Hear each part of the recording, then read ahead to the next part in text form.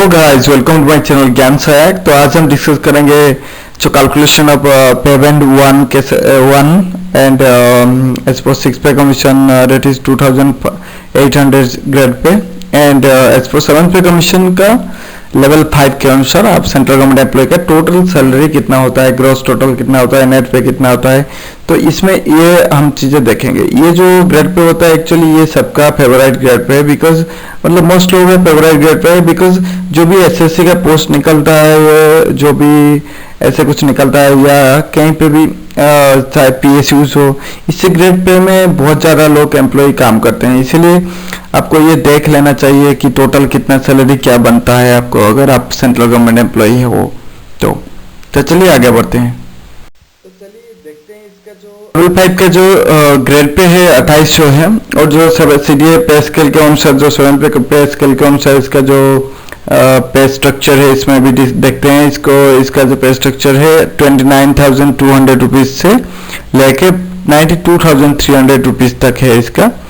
तो इसका अर्निंग का बात कर लेते हैं। तो इसका जो बेसिक पे होता है वो 29,200 रुपीज होता है, और जो टीएनएस अलाउंस होता है जनवरी 2020 तक 34% है।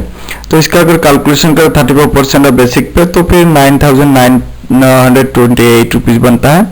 अगर आप क्वार्टर अवेल नहीं कर रहे हैं तो फिर हाउस रेंट अलाउंस आपको मिल जाता है, हाउस रेंट अलाउंस आपको मिलेगा।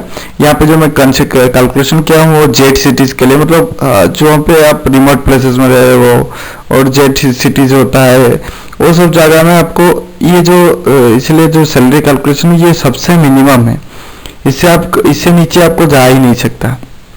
तो इसका जो 9% बेसिक पे होता है ये 2,628 रुपीज हो रहा है, और जो टीपीटी अलाउंस है ये भी जेट सिटीज के अनुसार मैं कैलकुलेशन किया हूँ, और इसमें डीए ऑन टीए भी मिला है।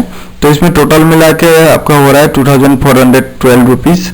तो इसका जो ग्रॉस टोटल जब बनता है ये होता है आपका 44,168। तो इसका जो डिडक्शन का बात करते हैं तो एनपीएस जो डिडक्ट होता है उसका जो 10% ऑफ बेसिक पे प्लस डीए, तो इसमें अगर हम 29,200 को प्लस 9,928 रुपीज को मिलाते हैं तो इसका जो 10% निकलता है ये निकलता है 3,930 रुपीज। तो इसमें जो प्रोफेशनल टैक्स भी आपको डिडक्ट होता है उसमें 200 रुपीज अप्रोक्सीमेटली डिडक्ट होता है, और जो CGGIS है central government employee group insurance scheme है इसमें आपको 30 रुपीज तक कटेगा। आपको लेवल 5 तक आपको 30 रुपीज जो ग्रुप सी एम्प्लॉय होते हैं। तो इसका अगर डिडक्शन टोटल डिडक्शन की बात करें तो 4,143 रुपीज आपको फुल डिडक्शन हो रहा है। इसका अगर आप नेट पे की बात करते हैं तो फिर इसका जो अर्निंग माइनस डिडक्शन को करते हैं तो 40,025 रुपीज आपको जो नेट पे आएगा, अब जो इन हैंड सैलरी आपको आएगा। तो इसका जो हाउस रेंट अलाउंस है, हाउस रेंट अलाउंस अगर हम एक्स सिटीज के लिए कैलकुलेशन करें हमारा सैलरी का तो फिर 27% होगा, और वाई सिटीज में बिलोंग करते हैं तो फिर आपको 18% लगेगा, और जेड सिटीज के लिए तो 9%, जो मैंने ऑलरेडी यहाँ पे कैलकुलेशन कर दिया हूँ। और जो टीपीटी अलाउंस है वो अकॉर्डिंग टू पे स्केल है और अकॉर्डिंग टू सिटीज के अनुसार भी डिवाइडेड है, जैसे कि हायर टीपीटी सिटीज और remote TPT cities means like lower TPT cities, तो ये सब के अनुसार में काउंट होता है। तो इसका जो इसलिए ये जो ग्रेड पे के अनुसार जो नेट पे मिलता है आपको 40,025 रुपीज मिलता है। तो चलिए देखते हैं सैलरी के अलावा जो other perks and allowances central government employee को मिलता है उसके बारे में डिस्कस करते हैं। तो आपको सैलरी के अलावा आपको special allowance for child care for women and with disability, जो वुमेन डिजेबिलिटी होते हैं उनका चाइल्ड केयर के लिए एक स्पेशल अलाउंस मिलता है, वो भी आपका मिल जाता है आपको अलाउंस के तरह। और जो लीव ट्रैवल कंसेशन होता है जिसको LTC बोलते हैं, ये सारे लेवल के लिए अप्लाई होता है। तो वो कैटेगोरिकली आपके लेवल के अनुसार आपको मिल जाता है आपको रिइम्बर्समेंट। और जो चिल्ड्रन एजुकेशन अलाउंस होता है इसमें क्या होता है कि आपको चिल्ड्रन पढ़ने के लिए आपको अलाउंसेस मिल जाता है, और उसमें अलॉन्ग विथ हॉस्टल अलाउंसेस भी आपको मिल जाता है।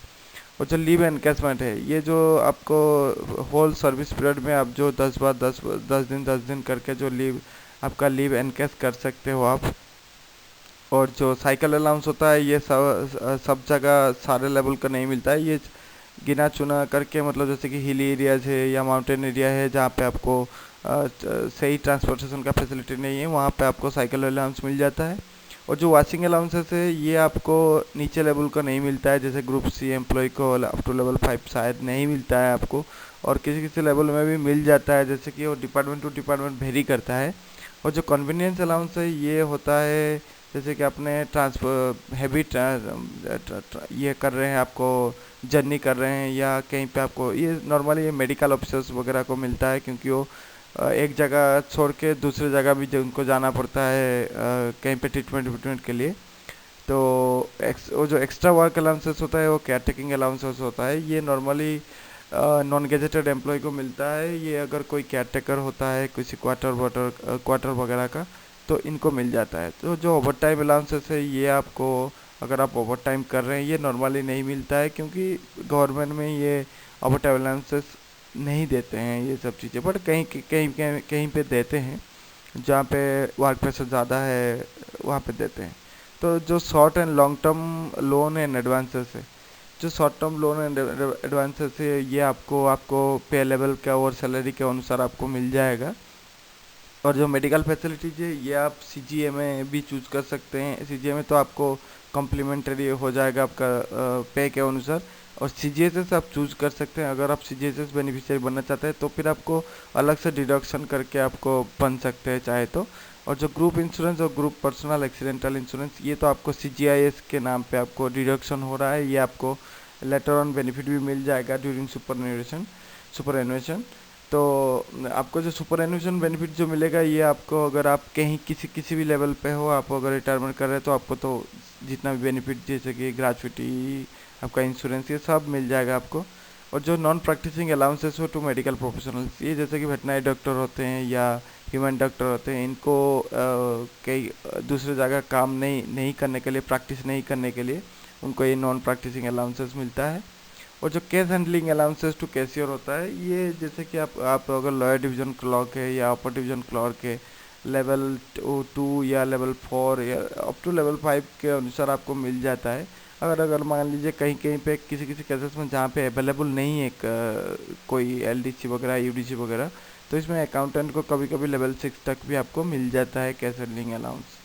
तो ये जो भी कैशियर होता है उसको मिल जाता है ये अलाउंसेस। तो यहाँ पे हम और एक देख लेंगे कि जैसे कि ट्रांसपोर्ट अलाउंसेस 4 देख लेंगे। तो ये मैं जैसे कि बोला था कि पे मैट्रिक्स के अनुसार ही ये डिवाइडेड है। तो ये जो यहाँ पे एक हायर टीपीटीएस सिटीज़ है, यहाँ पे अदर प्लेसेस है। हायर टीपीटीएस सिटीज़ जैसे कि मेट्रो सिटीज़ हो गया, ये जैसे बड़ा सिटीज़ है, उसमें आपको किस तरह का आपको काउंट किया जाता है टीपीटी। और जो आपका जो अदर प्लेसेस है जैसे कि रिमोट एरियाज है, जेड सिटीज़ वगैरह है, इनमें कैसे आपको काउंट किया जाता है। तो इसमें जो काउंट किया जाता है जैसे कि पे मैट्रिक्स लेवल 1 एंड लेवल 2 का आपको 900 rupees plus DA on TA, जितना डीए चल रहा है जैसे कि 34% चल रहा है अगर, तो 34% के ऊपर आपको मिल जाएगा। अगर आप पे मैट्रिक्स लेवल 3 टू लेवल 8 तक आपको 1800 प्लस 1800 का 34% आपको मिल जाएगा।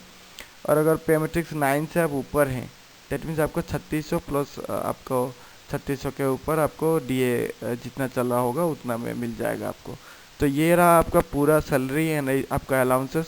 तो अगर कुछ जानकारी चाहिए आपको तो फिर प्लीज़ कमेंट कर दीजिए, और like and share and subscribe कर दीजिए, क्योंकि इसके वजह से आपको जो नीडी होगा आपका, मतलब जो इसी ग्रेड पे में होगा उसको ज्वाइन करना है कि नहीं है कहीं पे, तो वो बेटर चूज कर पाएगा कि भाई मुझे जाना है कि नहीं है, इसमें इतना कम सैलरी है या इतना ज़्यादा सैलरी है, मुझे जाना चाहिए इसमें। तो उसको एक मोटिवेशन टाइप का मिलेगा। तो फिर आप शेयर कर दीजिए। अगर कुछ इसमें गलती होगा या कुछ करेक्शन चाहिए आपको तो फिर आप मेंशन कर दीजिए, मैं ज़रूर डेफिनेटली आपको रिप्लाई भी दूंगा एंड आपको करेक्शन भी कर दूंगा। Thank you guys.